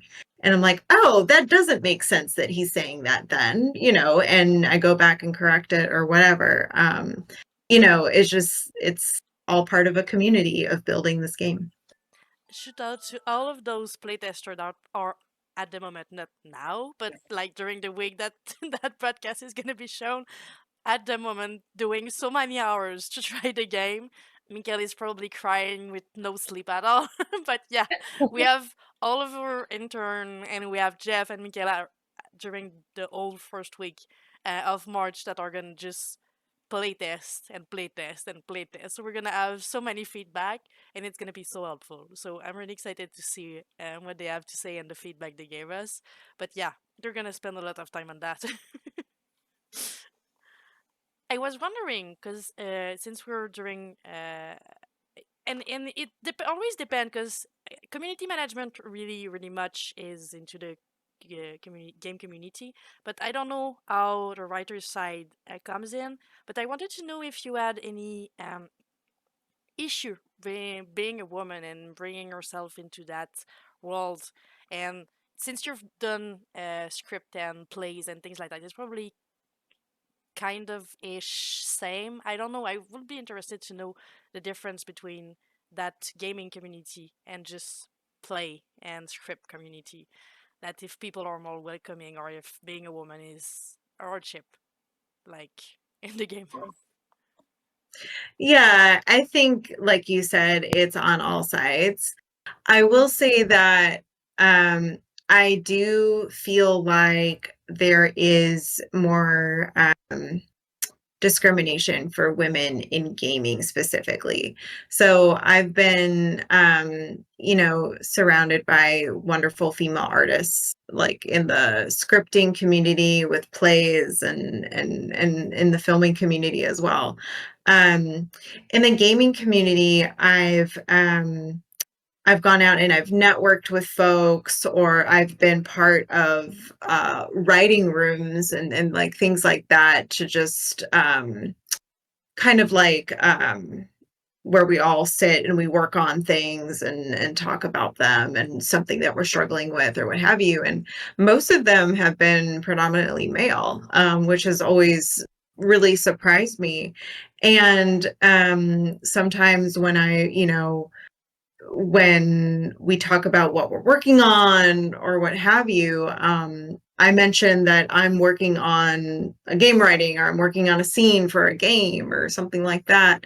And they brush it off kind of like they don't believe me or or like, oh, that's cute kind of language and like that kind of thing. And so that's been very bizarre and something I wouldn't have experienced and been challenged by had I not, become a narrative designer. Yeah, I kind of like bouncing off what Nicole said. I think like that was the first thing that came to mind when you asked the question was it can be kind of like a struggle sometimes to feel like you're being taken seriously.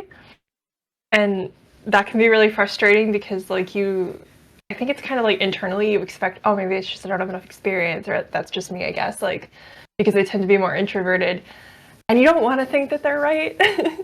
But yeah, sometimes it can be kind of like a battle of like what Jeff said, like standing up and being like, I know I'm right, or it's just an opinion, which like you're entitled to. And yeah, I think like I've been super fortunate, like just to have had like to be a part of two really great studios, who are largely actually female and like members that are like considered minority.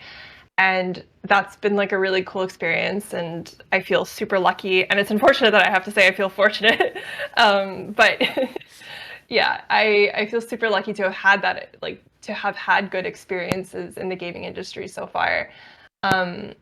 And even though I've had those moments where I felt brushed off, like Nicole said, it's happened to me too.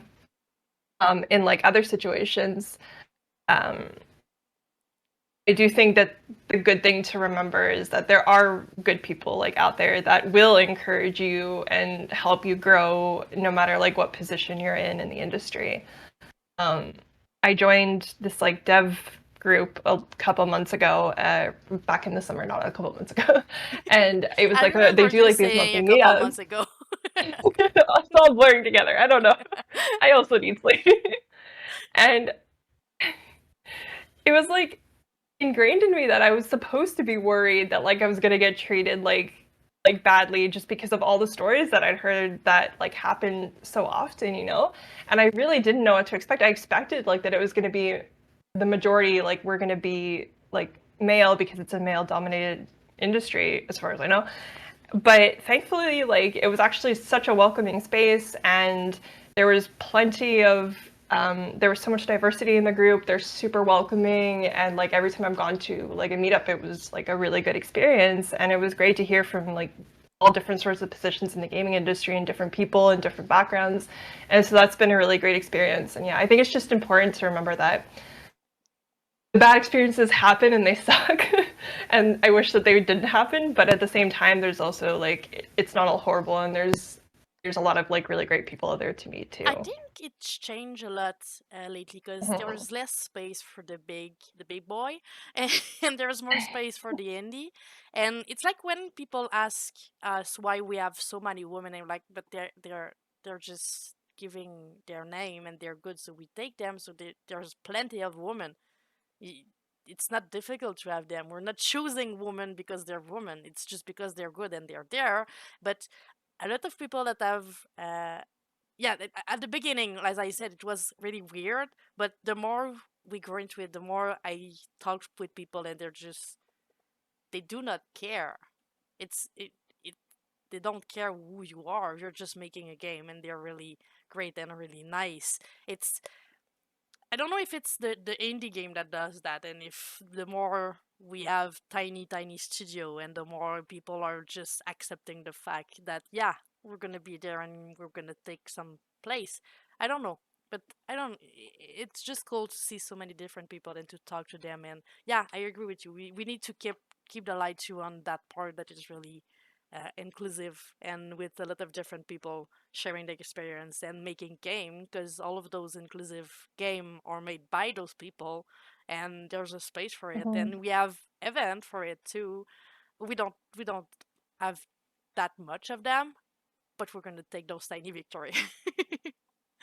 And it's really cool to have so many different kind of game. Like we were talking, we're gonna talk in fact later on about this maid we made.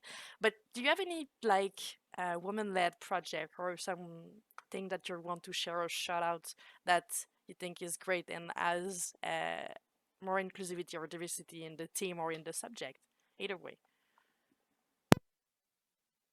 I don't have something like specific, but I kind of wanted to like tie that into what Melissa was saying a little bit too, where um I think it's interesting because it's usually the people outside of gaming that have a comment about women in gaming. You know, it's like that's been like my experience within like various communities and things like that. And I think what's so great about Folklore and other studios like it is like you all have created like a safe haven for like women in gaming without even with that intention, right? It's like you said, you just hire these people because they're good and you know they just happen to be women. And I look forward to seeing more of these safe inclusive communities being built out as indie games become more popular and expand and all of these things. I think that that's like the golden paved road, right, to fostering, you know, women's careers within the gaming industry. Yeah. So. Finding the line between the why are you asking me why do I have so many women in my team, and at the same moment being happy that there's an event for that. So that's the confusing line. Yes. Um, I know you game, Melissa, but do you game, Nicole? Depends on your definition of gaming. But yes, I do. I play games, and maybe some people have never heard of, or that kind of thing. But yes, I do game. Do you have like a top three? Do you want to share what kind of game you play? What kind of obscure game people don't know about that they should know about because they are cool? Yes. The games, the two games, yeah, I'd say you absolutely have to play no matter what, are Gris. If you've never heard about it, it's a beautiful, beautiful visual soundscape of a game. And it's just incredible. And you play a woman going through the grieving process. And an older one would be What Remains of Edith Finch. Again, it's extremely strong narrative-driven game that was a true inspiration for me and what I played in order to get into the headspace of what Bernard's journey was going to be. So, What Remains of Edith Finch is definitely a go-to for me too. The other one oh, is Gris. Gris, I G-R. say Gris too, and I'm like, is it French? Like, do you say it? Because Is it's spelled it- like the French word. Yeah, it's spelled like French gray. Yeah. It's that one. Okay, I'm just gonna put a picture on Ooh, the fun! I didn't know that. on the screen so people can know what we're talking about. Because my French was like, is it grief or is it? I don't know. Because for me it's gris. It's the French word for the color gray. So I'm gonna put a picture on I've heard the both. screen. We're both right. Yeah, It's it such was a me that beautiful was not game. understanding what was happening. So it's where are you? Picture, please. And I'll show. actually add on to any Life is Strange game. Yeah, Do it, play it. Doesn't matter which one. definitely agree on They're that. all good. Why do you? Okay, maybe that one. So, yeah, Gris and What Remains of Edith Finch, which I'm gonna still put a picture on it because even if we always talking about it, because it's an amazing game. Everybody should know What Remains of Edith Finch. Yes. I'm sure the other one too. I just didn't play it, so I cannot It's vouch such for a it. But I believe This is such a you're good right. game too for people who like don't who aren't necessarily gamers. It's good for both types of people, but I think it's just such a relaxing but also emotional experience, and it's not hard to pick up. Like there's no crazy scary mechanics to learn, or it's like very casual and like laid back, and you can still experience like the story and everything that it has to offer without being stressed about remembering the controls or like what you're supposed to do, which I think is really cool. Not a lot of games can do that. Yeah. Do you want to share your top 3 too, Melissa? Mm. I know it's rough. Any 3 games? Just any, yeah. It can be Any? less, more. You can just share what you like at the moment and you think that people should go to, and if it's a woman-led project, even more, go for it. I know you know everything, so Me struggling to come up with 3 games right now. yeah, but you know all of the indie, and I'm like, did you hear about that one? Yes, and you've played it, so I'm like playing game. The only game I've played in the last 2 years is like Baldur's Gate, and the other one I'm just piling them in my wish list. I still need to play Baldur's Gate. I feel like a fake gamer because I haven't played it yet. No, don't. Okay, so I'm a really big fan of I'm like thinking of like 10 games right now, and I'm like, oh god, which one do I say first? Why is this so hard? Okay, so right now I'm playing I've been playing Sea of Stars, which is a Quebec-made game. And I just think it's a really fun game, and again, one of those games that's not really too difficult to play.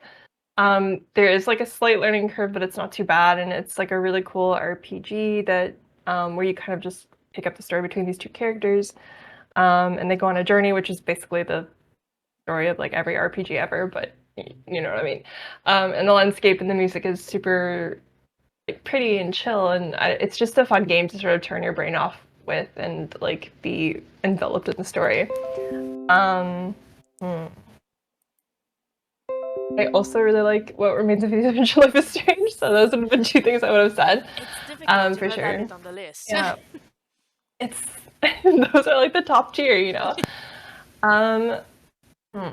What else? I always just say it, but like honestly, I think even though they're older games, my top two like favorite that always like they're not indie, but Final Fantasy X and Uncharted. Uncharted was written by a woman, which is awesome.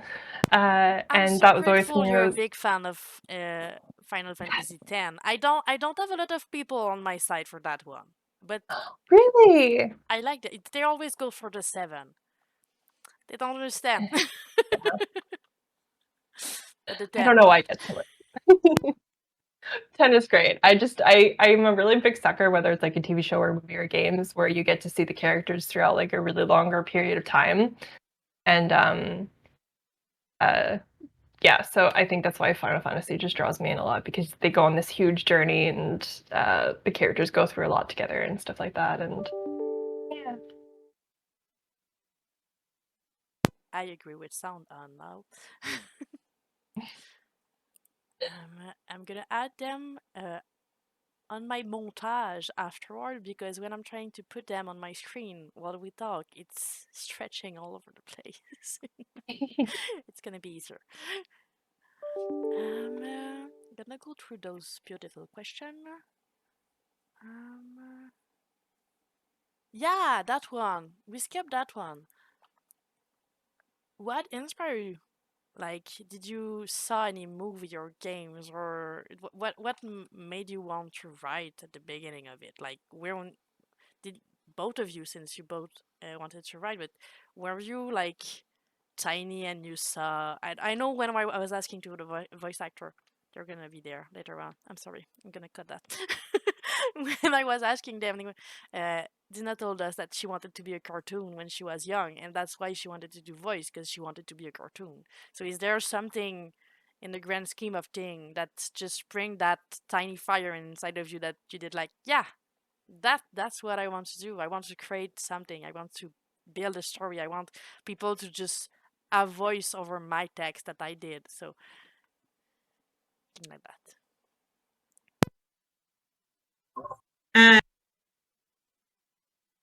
I think I can speak better, more specifically on behalf of Spiral and that journey.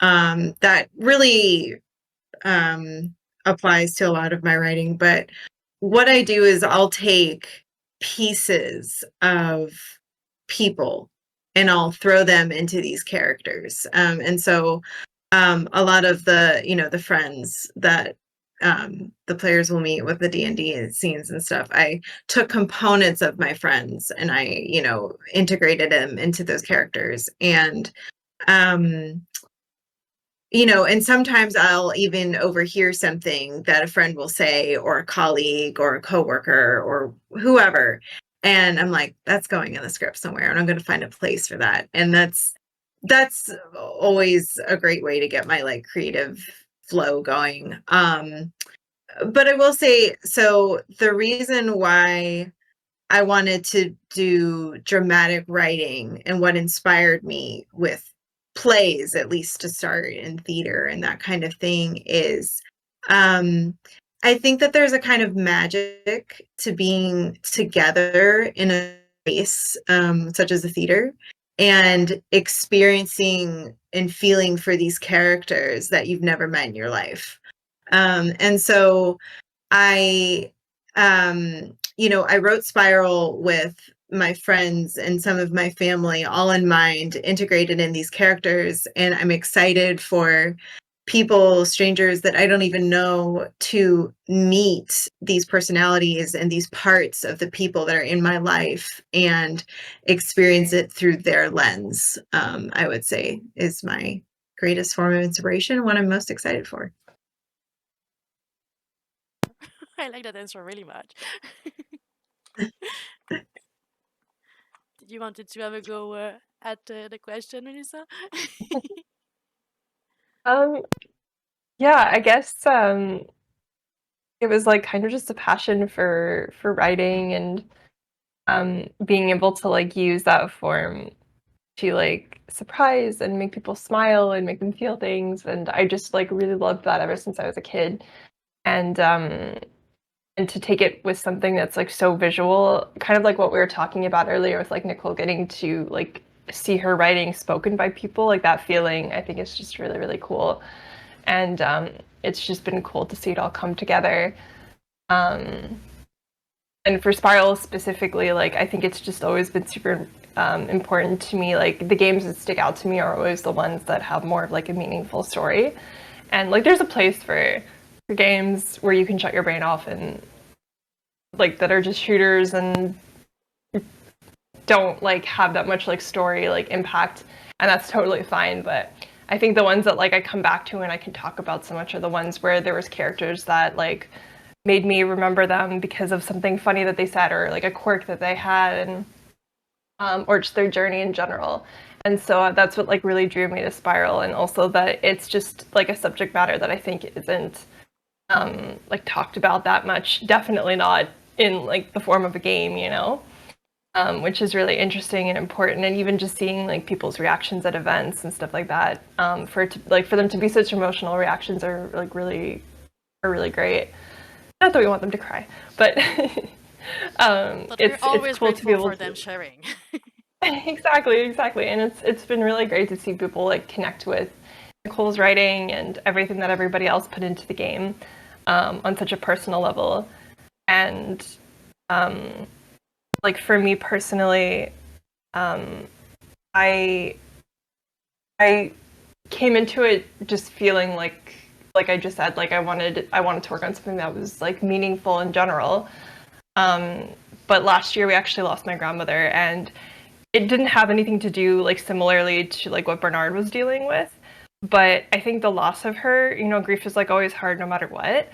And it was actually like super like healing to talk about the person that she was and not just about like what went down in the last like week or so. And so I think that was actually something that made me appreciate and understand and love the game even more, and like the message behind it and everything. So yeah, I felt like even more connected to Spiral after that experience. So yeah. I like that. The fact that the story is mainly about him and what he went through in his memory and not the sickness. It's just an overlay on the top of it. I like that. I think it's great to have light on life and those tiny moments that we don't always think about as the biggest one. I think it's cool. Do you have like a special character or someone that you think people are gonna like more? Just that is your favorite one, or that you think that uh, it's it have something special for you. I know you have your friend in those friend of Bernard, but is there one that like you're particularly attached to, and you don't, even if they don't have a lot of space in the game, it's just something that they meant for you? Yeah, I would say there's two. And the first is Emily, who we've talked about before. Just her quirkiness and how different and separate she is from everyone else. I think I'm particularly attached to. Also, I was talking with Mikkel in the very beginning about her character, and he ultimately wanted their relationship to be platonic. Yes. And I grew to really love that, because I don't think that that's really shown enough in media, especially games. It's male-female relationships are always romanticized in some way. And so getting the opportunity to have like let them have a loving relationship while still being friends was like a very unique writing experience for me. And so I think that's why I'm particularly attached to that character. Um, and um, the men in my life have always had a really big impact on me. And so Bernard's father, Robert, is by far one of my favorites because I integrated characteristics of both my grandfather and my father into him. And so he's just like this male figure that's been with me my whole life. And it's just been a joy to have little quirks and hobbies and traits of both combined in this person. I'm a big fan of Robert. You did a great job on, on that. I'm a big fan of it. I know you didn't read the whole script, Melissa, but are you excited about someone in particular, a scene, or to know better a character? Because you saw them, you've seen them, but like in tiny bits. Honestly, like the friend group, I think just seeing them grow up together is going to be really, really interesting because, like I said, I'm like a huge fan in any like form of media of stories where you see the characters sort of go through their lives together over the course of like many, many years or a long period of time. So that's like super up my alley. Like the fact that Bernard gets to grow up with these kids. They're not going to be kids at the end, but this gang throughout like his life, and we see how that dynamic changes and how it transforms. And even though I did only get like little bits here and there, I think like it's just really cool to see everybody's like distinct personalities like change and stay the same and everything throughout different scenes. So yeah, I'm really interested to see how the friend group evolves.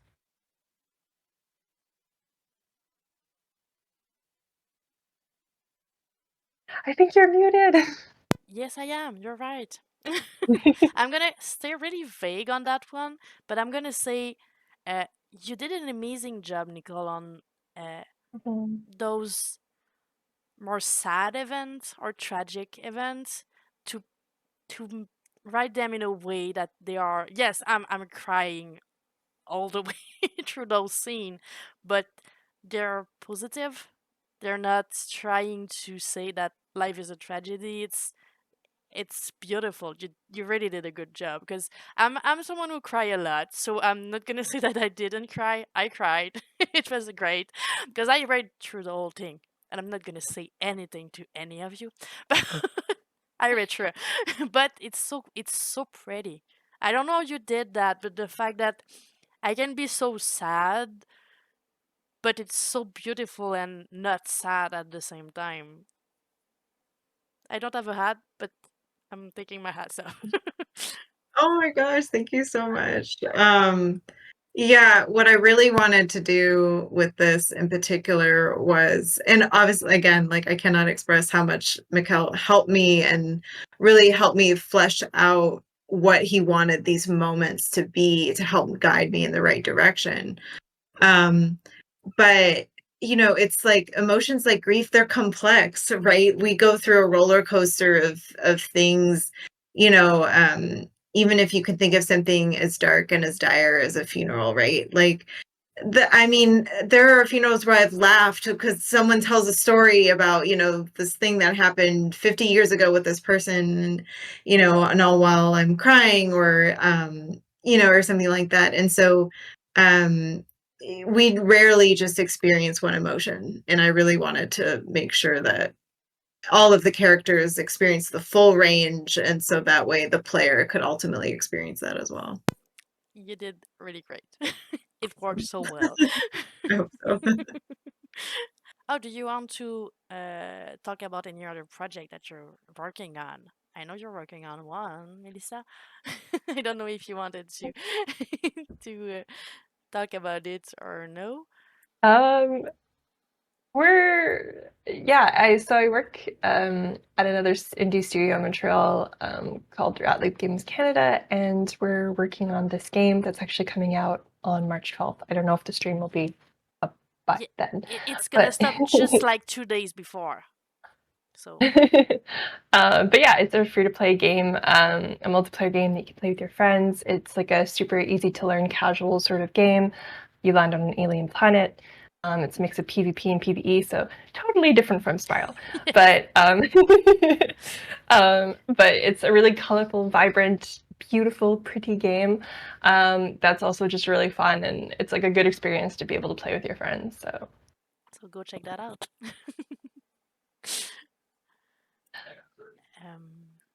Other than that, I think me have done my my role of question. But I wanted to say did thank great. you. Yeah, no, I'm not sure about that, but we're gonna go with. But thank you. But thank you so much for being there and for talking about the game. So we don't often have both people that are writing script and copy and press release and blog and everything. Everything writing is in that square. So I'm really excited to share both of your view on the game with people because we don't have we don't have that often, and we should, because we always have like Mikael talking about why the game exists, or not that it's not interesting. Oh boy. It is. It's just I'm hearing him so often. I'm unfazed by his opinion by now. And we talk often about what we see because we often have everything art showing out, and we have Audrey on stream often, and we don't often have artists, but we have their representant. So to have the behind the scene of what Spiral is about is really cool. So thank you so much for being there. Yeah, it's been a pleasure. Thank you.